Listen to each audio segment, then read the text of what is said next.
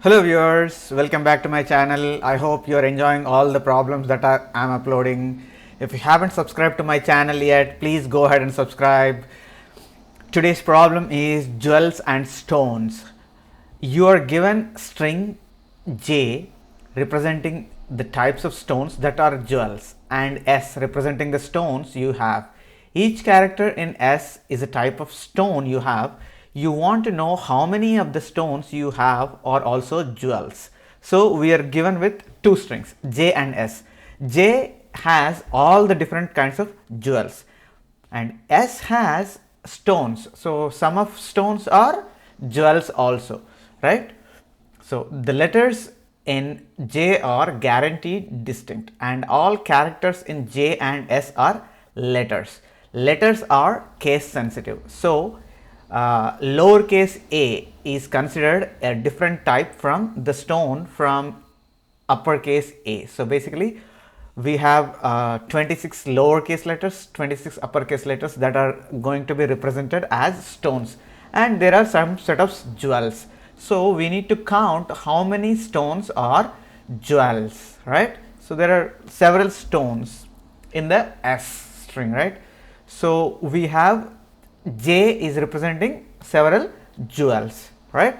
So now we need to come up with the number of stones which are jewels as well. So for this problem, right, I am going to use a hash table data structure first, so hash set. Okay, so what we are going to do is we are going to put all the jewels, the string J, right? So the string J, if you look at the example one, right? So lowercase a and uppercase a. So these are the two jewels. So we are going to put this two jewels into our hash set, and then we go through each of the stones in S and see if they are part of the jewels. If so, we keep the counter and increment that count, right? So those are the steps that are required basically. So we put all the jewels in the hash set first, and then keep a counter and initialize to 0. Go through the stones, right? Stones is like S, right? So go through the stones and verify if it is jewels, if it is in jewels hash set. So if check whether lowercase a is there in the jewels hash set or not, uppercase a is there or not, b is there or not. So like that we keep on checking. While if we find it is there in the jewels hash set, right, we are going to increment the counter. Otherwise we don't do anything. So finally, once you go through the set of stones, whatever the counter that you obtain, just return the counter. So the code for this is very simple basically. So now we know that all the jewels are in the string J, right? But the string is like a collection of the characters, right? So what we are going to do is we need each character as a jewel. So that's why what I'm doing is I'm converting the J into a character array and loading that into my hash set, jewels hash set, and I'm going through each of the character in S, right? So for each character C in S, if it contains in jewels, you increment the counter, right? Otherwise you don't need to do anything. So finally what you're going to do is return the count, right? So let's go ahead and look at the time complexity and space complexity for this algorithm, right? So time complexity. For time complexity, so there are two strings that are given, right? So string J and string S. So typically we want to put all the string J into a hash set.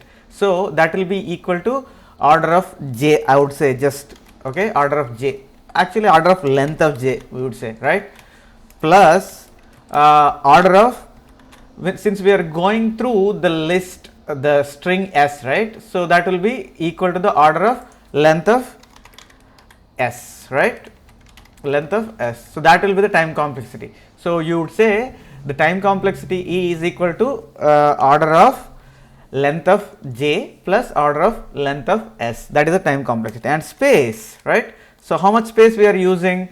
We are using the space which is equal to the hash set, right? Hash set is, again, the space is the length of the J, right? So space is equal to order of length of J. So that is the space complexity and times complexity for this algorithm. If you have any questions, please post them in the comment section below the video. I'll get back to you as soon as I can.